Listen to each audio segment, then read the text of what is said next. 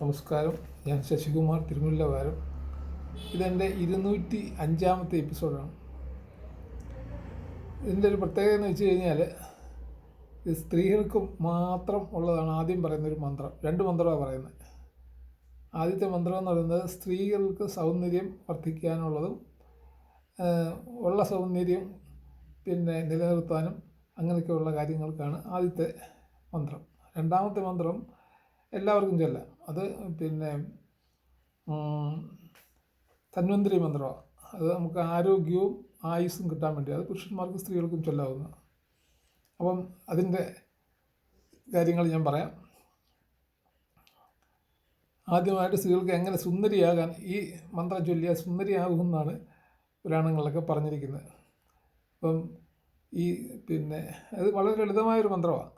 ജ്യോതിഷത്തിലും പറയുന്നുണ്ട്. ജ്യോതിഷത്തിൽ നമ്മൾ ഇടവം രാശിയുടെയും തുലാം രാശിയുടെയും അധിപൻ എന്ന് പറയുന്നത് ശുക്രനാണ്. അപ്പോൾ ആ ശുക്രനെ പ്രീതിപ്പെടുത്തിയാൽ നമ്മൾ സൗന്ദര്യമുള്ളവരായിരിക്കും എന്നാണ് പറയുന്നത്. ജ്യോതിഷത്തിൽ ഉള്ളൊരു ഇതാണത്. ജ്യോതിഷത്തിൽ അതുപോലെ ഞാൻ ഒരുപാട് ഗ്രഹനിലകൾ കണ്ടിട്ടുള്ളതിലും എനിക്ക് മനസ്സിലാക്കാൻ കഴിഞ്ഞിട്ടുള്ളത്, ഈ ഇടവം രാശിയിൽ ശുക്രൻ നിൽക്കുന്ന ഗ്രഹനിലകളും, അതുപോലെ ഇടവൻ രാശിയിൽ ഇടവൻ രാശിയിൽ ശുക്രൻ നിൽക്കുന്ന ഗ്രഹനിലകളുള്ള ആണായാലും പെണ്ണായാലും, അതുപോലെ തുലാം രാശിയിൽ ശുക്രൻ നിൽക്കുന്ന ഗ്രഹനിലകളുള്ള പുരുഷന്മാരും സ്ത്രീകളുമൊക്കെ നമ്മൾ വിചാരിക്കുന്നതിലും സൗന്ദര്യമുള്ളവരായിരിക്കും എന്നാണ് എൻ്റെ ഒരു അനുഭവത്തിൽ നിന്ന് മനസ്സിലാക്കാവുന്ന കാര്യങ്ങൾ. അപ്പോൾ അതുകൊണ്ട് അത് ഒരു സംശയമില്ലാത്ത കാര്യമാണ്. ശുക്രനാണ് സൗന്ദര്യത്തിൻ്റെ അധിപൻ, പ്രത്യേകിച്ചും മനുഷ്യർക്ക്. അപ്പോൾ അതിൻ്റെ മന്ത്രം ഇതേ ഉള്ളൂ. വളരെ ലഘുവായൊരു മന്ത്രമാണ്. ഇങ്ങനെയാണത്: ഓം ശുക്രായ നമഃ. ഇത്രയേ ഉള്ളൂ മന്ത്രം. ഓം ശുക്രായ നമഃ. ഇത് 108 തവണ ചൊല്ലണം, അത്രയേ ഉള്ളൂ, വേറെ കാര്യമൊന്നുമില്ല. ഈ ഓം ശുക്രായ നമഃ എന്ന് പറഞ്ഞ മന്ത്രം സ്ത്രീകൾ അവരുടെ പീരീഡ്സ് ടൈമിലൊന്നും അല്ലാതെ ബാക്കി ഉള്ള സേഫായിട്ടുള്ള ശരീരശുദ്ധിയുള്ള ദിവസങ്ങളിൽ, അപ്പം പീരീഡ്സ് വരുമ്പോൾ ഒരു ആഴ്ച, ആദ്യത്തെ ഒരാഴ്ച ചൊല്ലിക്കൂടാ. അതൊഴിച്ച് ബാക്കി എല്ലാ സമയത്തും എല്ലാ ദിവസവും രാവിലെ കുളിച്ചിട്ട് വന്ന് ഈ ഓം ശുക്രായ നമഃ 108 തവണ ചൊല്ലിയാൽ തീർച്ചയായിട്ടും സൗന്ദര്യം ഇല്ലാത്തവർക്ക് സൗന്ദര്യം ഉണ്ടാകുകയും ഉള്ള സൗന്ദര്യമുള്ളവരുണ്ടല്ലോ അവർക്കത് നിലനിർത്താനും പറ്റും. അങ്ങനെയാണ് ഇത് പറഞ്ഞിരിക്കുന്നത്. ഇത് വേദപുരാണങ്ങളിലൊക്കെ പറഞ്ഞിരിക്കുന്ന കാര്യങ്ങളാണ്.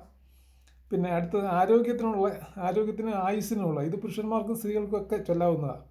അത് ആരോഗ്യത്തോടു കൂടിയ ആയുസ്, അതിനാണ് ഈ ധന്വന്തരി മന്ത്രം എന്നാണ് പറയുന്നത്, അത് ചൊല്ലുന്നത്. അതേസമയം മഹാമൃത്യുഞ്ജയ മന്ത്രമാണെങ്കിൽ നമുക്ക് ആയുസ് നീട്ടിക്കിട്ടും, അങ്ങനെയൊക്കെ ചെയ്യും. 18, ഞാൻ പറഞ്ഞല്ലോ, ഒരാൾക്ക് മരിക്കാൻ 18 അവസരമാണുള്ളത്. 17 അവസരങ്ങൾ വരെ ഈ മഹാമൃത്യുഞ്ജയ മന്ത്രം ചൊല്ലിയാൽ നമുക്ക് 17 അവസരങ്ങളും ഒഴിവാക്കി 18ാമത്തെ അവസരമേ വരത്തുള്ളൂ. അതൊഴിച്ച് ബാക്കി 17 അവസരങ്ങളും നമുക്ക് രക്ഷപ്പെടാൻ പറ്റും. അപ്പം ആരോഗ്യം ഇല്ലാത്തൊരു ജീവിതം നല്ലതല്ലല്ലോ. അതുകൊണ്ടാണ് ഞാൻ മഹാമൃത്യുഞ്ജയ മന്ത്രം നേരത്തെ ഒരു എപ്പിസോഡിൽ പറഞ്ഞിരുന്നു. അത് ചൊല്ലുന്നുണ്ട്. ഈ പറഞ്ഞതിൻ്റെ കൂട്ട് ആരോഗ്യം കൂടെ വേണമെങ്കിൽ നമ്മൾ ഞാനീ പറയുന്ന ധന്വന്തരി മന്ത്രം ചൊല്ലണം. ആ ധന്വന്തരി മന്ത്രം ചൊല്ലിയാൽ അവർക്കെല്ലാവർക്കും ആരോഗ്യവും ആയുസ്സും, അതാണ് ആരോഗ്യവും ആയുസ്സും. 17 അവസരങ്ങൾ മാറിയാലും 18ാമത്തെ അവസരത്തിൽ അവർ നല്ല ആരോഗ്യത്തോടു കൂടി ഇരിക്കുകയും ചെയ്യും. 18ാമത്തെ അവസരത്തിലേ അവർ മരിക്കത്തുള്ളൂ. ഇതാണ് ഇതിനെപ്പറ്റി പറയാനുള്ളത്. ഇനി മന്ത്രം പറയാം. ധന്വന്തരി മന്ത്രം എന്നാണ് പറയുന്നത്.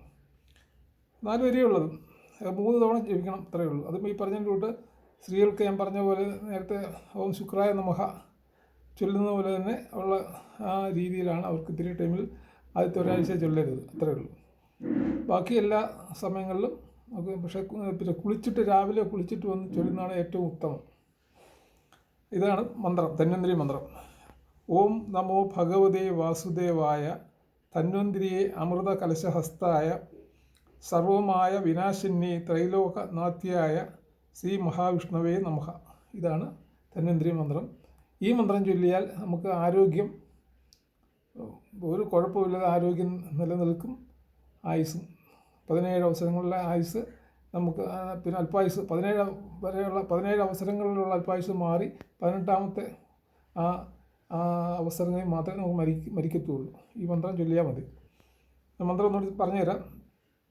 ഓം നമോ ഭഗവതേ വാസുദേവായ ധന്വന്തരിയായ അമൃതകലശഹസ്തായ സർവമായ വിനാശിന്യേ ത്രൈലോക്യനാഥ്യായ ശ്രീ മഹാവിഷ്ണവേ നമഃ. ഇത് 3 പ്രാവശ്യം ജപിച്ചാൽ മതി. ഈ മന്ത്രം 3 പ്രാവശ്യം ജപിക്കണം. ഒന്നുകൂടെ പറഞ്ഞുതരാം. ഓം നമോ ഭഗവതേ വാസുദേവായ ധന്വന്തരിയേ അമൃതകലശഹസ്തായ സർവമായ വിനാശന്യേ ത്രൈലോക്യനാഥ്യായ ശ്രീ മഹാവിഷ്ണവേ നമഃ. ഇതാണ് മന്ത്രം. ഒന്നുകൂടെ പറഞ്ഞുതരാം. ഓം നമോ ഭഗവതേ വാസുദേവായ ധന്വന്തരിയേ അമൃതകലശഹസ്തായ സർവമായ വിനാശന്യേ ത്രൈലോക്യനാഥ്യായ ശ്രീ മഹാവിഷ്ണവേ നമഃ. ഓം. അത് അവസാനം ഒരു ഓം കൂടെ ചൊല്ലിക്കഴിഞ്ഞാൽ നമുക്ക് ഇടയ്ക്കിടങ്ങൾ മന്ത്രത്തിൽ തെറ്റ് വന്നാലും അതിനകത്ത് ഒന്നും സംഭവിക്കത്തില്ല. അപ്പം ആദ്യം അവസാനം ഓം കൂടെ ചേർത്ത് ചൊല്ലുന്നതാണ് നല്ലത്. ആദ്യം പറഞ്ഞാൽ ഓം ശുക്രായ നമഃ ഓം അങ്ങനെ പറഞ്ഞാലും മതി. അപ്പം ആദ്യം അവസാനം ഓം പറയുന്നത് നമുക്ക് മന്ത്രത്തിൽ എന്തെങ്കിലും അക്ഷരസ്ഫുടത എന്തെങ്കിലും വ്യത്യാസം വരികയോ തെറ്റ് പറയുകയോ ചെയ്താലും നമുക്ക് ഒരു ദോഷവും വരത്തില്ല. ഇതാണ് ഈ പറയുന്നത്. നന്ദി, നമസ്കാരം.